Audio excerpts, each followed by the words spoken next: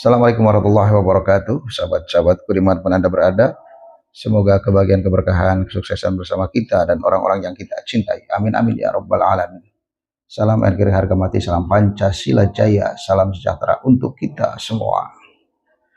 Akhirnya pengurus besar Nahdlatul Ulama (PBNU) resmi menetapkan Wakil Ketua Umum Tanfidiyah Zulfa Mustafa menjadi pejabat atau PJ Ketua Umum PBNU. Keputusan ini diambil usai rapat pleno PBNU di Jakarta Pusat.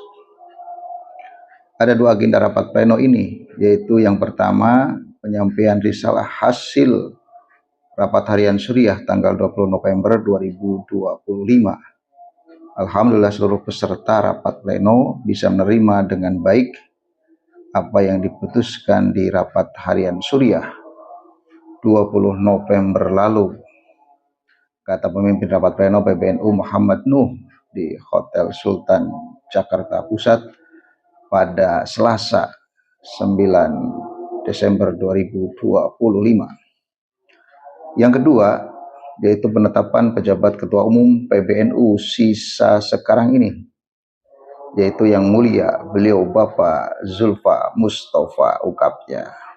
Adapun PBNU malam ini menggelar rapat pleno yang dihadiri oleh pengurus harian Suriah, Awan, pengurus harian Tanfidiyah, ketua lembaga PBNU, hingga ketua umum pimpinan pusat Badan Otonom NU di Grand Ballroom Hotel Sultan Jakarta Pusat, Selasa 9 Desember 2025. Acara dimulai dengan pembacaan doa sekitar pukul 20 waktu Indonesia Barat. Menteri Sosial yang juga Sekjen PBNU Saifullah Yusuf atau Gus Ipul terlihat hadir di acara tersebut. Selain Gus Ipul, hadir Ketua PBNU Khofifah Indar Parwansa. Tampak pula di lokasi Ketua PBNU Ahmad Fahrozi atau Gus Fahrur, Muhammad Nuh hingga Muhammad Khalil Nafis.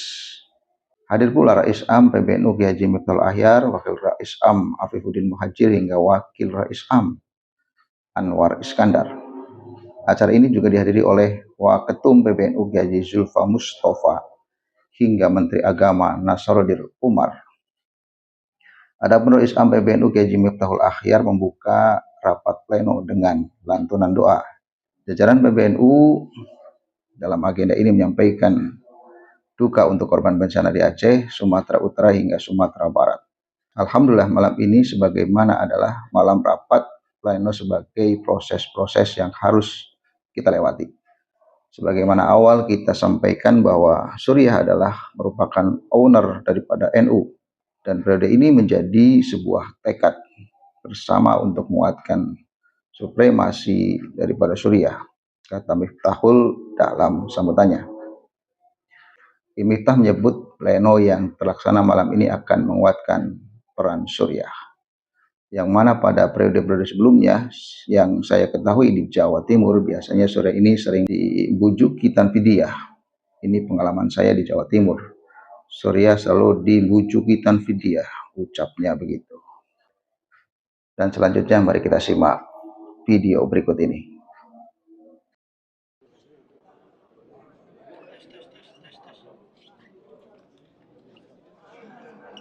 Bangsa buka dong mas bangsa. Bang, buka bang. Ini. Lihat bang. Kasih bang, udah bang. Kasih media buat media bang. Duduk bang. Duduk. Aja lagi. Oke. Tanya ke siapa dulu? Saya ke Pak Menteri dulu. Oke. Gak dengar saya gak dengar. Sini. Tengah. Ya, oke. Ya. Prof. Oke. Ya. Nah, kasih di tengah. Ya. Bang, udah siap, Bang? Oke. Awas kasih. Siap mulai. Oke. Nanti saya kawal. Langkah awal yang akan dilakukan apa, Pak? Pak Kiai. Langkah awal secepatnya dalam rangka normalisasi organisasi, pasti akan ada komunikasi ya intensif kepada seluruh pihak yang kemarin gitu ya, kita tahu ada sedikit perbedaan, baik itu kiai-kiai kultural termasuk struktural. Itu langkah awal yang paling awal. Juga termasuk kami akan rapat secepatnya, ya. Insya Allah akan diadakan pada hari Sabtu nanti di hari Sabtu akan ada rapat gabungan Syuriah Tanfidiyah. Nah, itu akan menjelaskan, menetapkan program-program ke depan yang lebih konkret. Nah, ini mungkin Prof. Nu bisa menjelaskan program-programnya. Terima kasih. Jadi ada 4 program ke depan yang insya Allah beliau akan laksanakan dengan sebaik-baiknya. Program yang pertama adalah konsolidasi internal organisasi. Itu satu keharusan, soliditas organisasi. Yang kedua, percepatan kinerja, capaian kinerja, baik kinerja yang terkait dengan kepengurusan di daerah-daerah maupun juga yang sudah ditetapkan pada program kerja PBNU sendiri maupun amanat dari Muktamar tahun di Lampung. Yang ketiga yang tidak kalah penting yaitu menyiapkan Kombes dan Muktamar sebaik-baiknya. Karena sekali lagi ini jiwanya, ruhnya ini kita memasuki 100 tahun kedua, 1 abad berikutnya lagi. Sehingga dari situlah dibutuhkan satu soliditas organisasi yang kokoh, melihat masa depan melalui perkhidmatan yang luar biasa. Dan yang tidak kalah penting juga sebagai awal yang tadi sudah disampaikan beliau, yaitu memperingati 100 tahun NU versi Masehi yang insya Allah jatuh 31 Januari 2026. Terima kasih. Untuk Muktamar jadi tanggal berapa? Gimana? Untuk Muktamar tanggal berapa? Masih belum. Kita akan bahas di hari Sabtu besok. Hari Sabtu besok kita akan bahas di rapat gabungan. Prof, izin, tanggal 11 itu rencananya juga ada rapat pleno di kantor PBNU itu. Tidak apa-apa. Kita tetap jalan. We are the big family. Kita adalah keluarga besar. Insya Allah dengan pendekatan beliau semuanya bisa cair dan bisa menjadi satu kesatuan. Ya, ini apakah takut ada kekhawatiran dualisme di tubuh PBNU? Insya Allah enggak. Insya Allah enggak. Ya. Ada upaya nyata nggak pakai untuk mencairkan? Pasti saya melakukan komunikasi dengan para pihak. Banyak sudah. Ya kami sudah komunikasi dengan para pihak yang kemarin terjadi perbedaan pendapat, ya friksi. Ya kita sedang mencari formula untuk mencari titik temu yang kemudian bisa saling menerima, ada win-win solution di antara kita semua. Sejauh ini seberapa besar berlangsung win solution? Sangat besar, insya Allah sangat besar. Kita tunggu. Dengan Gus Yahya. Saya sudah menawarkan pertemuan, tapi beliau sedang mempertimbangkan dan kemudian tentunya ada hal-hal yang harus dibahas, apa saja tawaran-tawarannya yang tidak bisa disampaikan di sini. Perlu waktu. Bersedia untuk bertemu untuk barang itu. Saya yakin insya Allah beliau bersedia. Beliau orang besar, beliau pasti berbesar hati. Saya yakin Gus Yahya orang besar, putra Kiai besar, cucu Kiai besar, beliau pasti berbesar hati untuk bisa bertemu mencari solusi bersama. Kemarin ada upaya untuk masuk ke ranah hukum bagaimana dari pihak Gus Yahya? Ya, saya agak yakin beliau akan melakukan itu, insya Allah. Ini ada usulan soal tambang PBNU dikembalikan dari Tidak ada. Sudah. Tidak ada. Nanti dibahas. Nanti dibahas lah. Mungkin Pak Menteri. Tadi Gus Yahya menyebut rapat pleno itu nggak sah kalau hanya dihadiri oleh Rais Am dan tidak dihadiri Nah, ketum PBNU. Gimana ya? Ada di perkumnya boleh. Berarti itu diperkenankan. Sudah.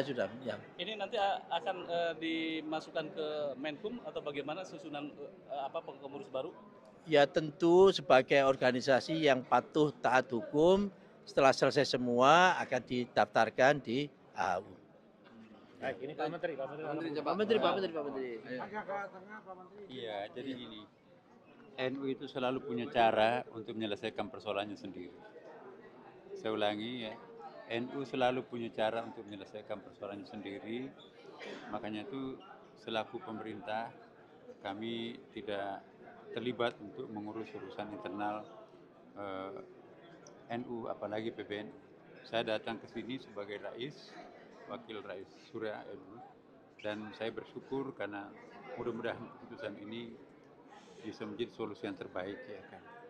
Karena itu insya Allah ke depan beban-beban kebangsaan dan keumatan kita ini bisa lebih ringan dengan terjadinya keutuhan ormas-ormas Islam, termasuk keutuhan organisasi terbesar di dunia adalah Nahdlatul Ulama ini. Saya kira umpama besok diundang sama Gus Yahya ke PBNU untuk menghadiri rapat, apakah akan hadir Pak Menteri? ya, saya belum dapat undangan.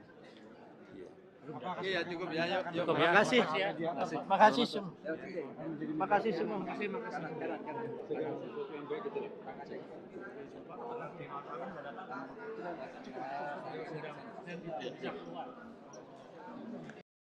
Lalu apa perkembangan selanjutnya terkait gonjang-ganjing di PBNU? Mari kita tunggu saja berita-berita selanjutnya. Ini saja dulu, semoga bermanfaat. Assalamualaikum warahmatullahi wabarakatuh.